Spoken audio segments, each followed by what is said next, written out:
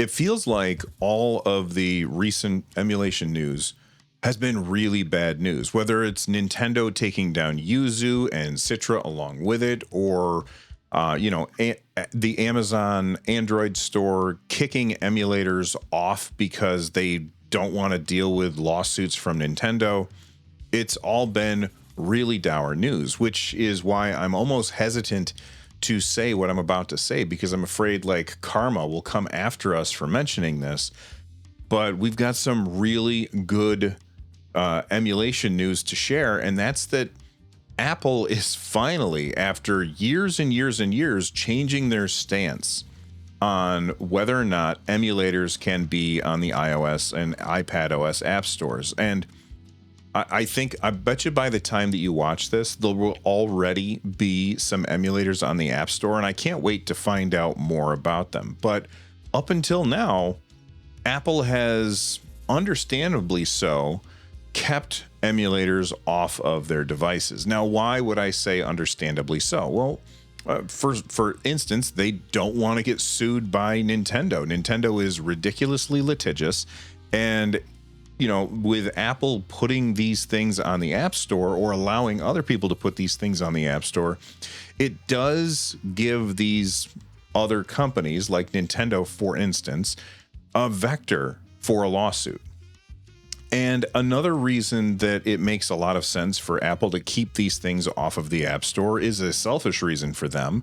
If I'm playing my old retro games, then I don't need to buy games from their App Store. So again, I understand why they have kept these things off in the past, but you also look at things like comic book readers, PDF readers, all of these other programs that allow you to bring your own media and import it into your phone or your iPad and consume it that way. Like, those all work just fine. And I'll use a comic book reader as an example.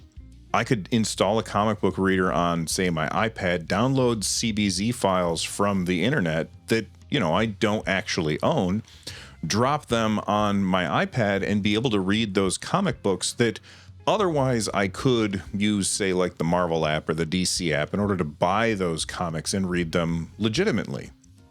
And this is something that you've been able to do on iOS for years. But not with emulation. You wouldn't be able to install an emulator and then bring your own ROMs, whether they were legally obtained, the right way, or illegally obtained through methods that I'm not going to discuss in this video. But you couldn't do that without jailbreaking your device. Now, there are going to be people who say, well, Bill, you've been able to do that for years on Android, and you're absolutely right. But look, there's some people that prefer an open system, and then there's some people that prefer a closed system. And for me, I appreciate the walled garden that is Apple, iOS, macOS, tvOS, watchOS, all kind of working together. It works really well for me. So I'm fine not having access to these things unless Apple says, yeah, it's okay. And there's going to be fanboys on both sides in the comment section down below yelling about how Apple sucks or Android sucks. And that's not the conversation that I'm here to have. The conversation that I'm here to have today is about these emulators coming to iOS. And while it's super exciting for people who want to play games on their phone, I don't know that I'll really use it all that much. So before we get to the reasons as to why I don't think I'll use it very much, let's talk about why it is exciting and what would make me want to use it. So let's first off talk about why on your phone it would be a good idea to do emulation. And it has to do with the screens. I don't know about all of the different iPhone models, but I know that the Pro models, I have the iPhone 15 Pro Max. I know that the Pro models have access to 120 hertz displays. And because they have 120 hertz displays, that means you could, and not only are they fast displays, but they're also really, really gorgeous displays. Like, the screens on phones are unbelievably good. But because it's a 120 hertz display, and most retro games are played at 60 hertz, that would mean that you could, if Apple allows you to do this kind of thing, I don't know much about programming, but you could use black frame insertion on a device like this. And I don't know of any other device out there that is this compact, I mean, other than other phones, that has black frame insertion as a possibility. And that's really compelling, because black frame insertion, if you don't know what it is, basically you're running your game at 60 hertz, or at 60 frames per second. Your display is running at 120. That's double that. So what do? Every other frame, you insert a black frame between the two frames.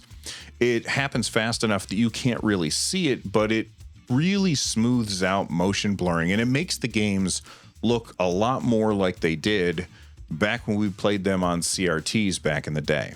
It's a very cool effect, but none of the handhelds, like the smaller handhelds, like the Miu Mini Plus, as far as I know, none of them have black frame insertion.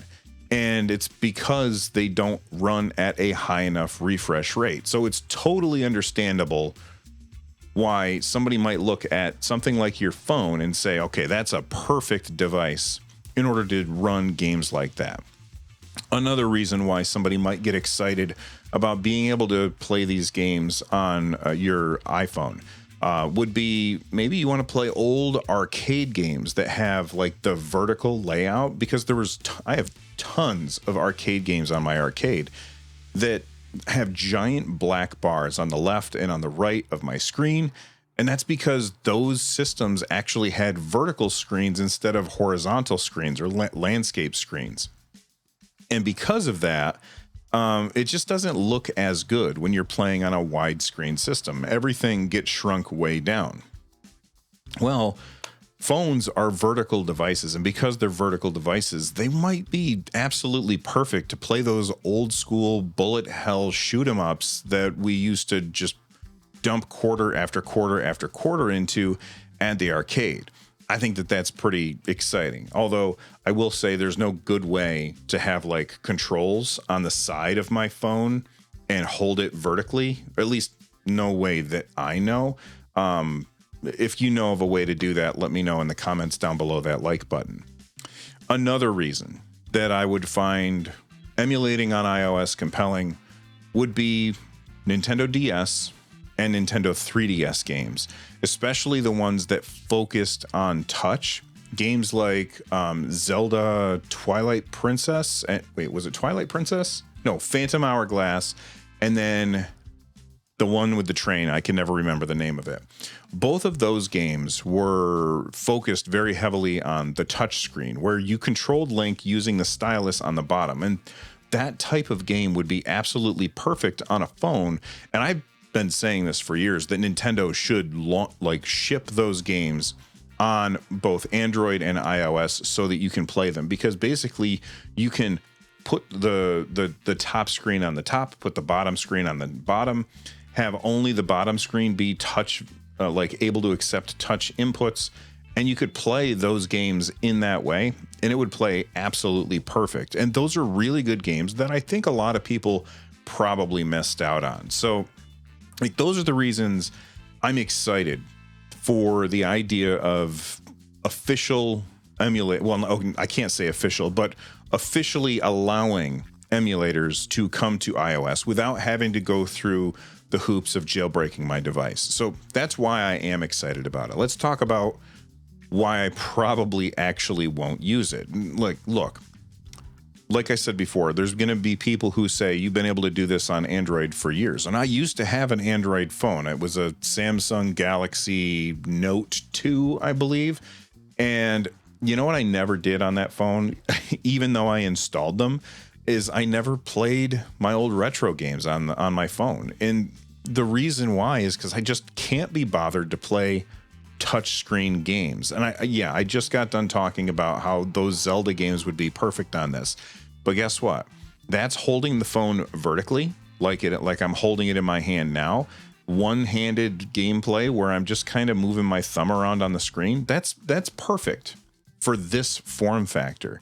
if you want to play more traditional games, like most retro games are, then you want to have controls, because touchscreen controls are almost always terrible. You can't feel the buttons underneath your fingertips, even if it does have some kind of haptic feedback. On top of that, when you're playing the games, your thumbs are like in the way. One solution to that is something like this. This is the Backbone controller. Full disclosure, they did send this to me to like do an integration on like a sponsored video a while back. And it's awesome. It really is awesome. And I've used it a bunch. This is the only way that I would be willing. Well, a controller like this, not necessarily this one, because there's some newer ones that have come out since this one.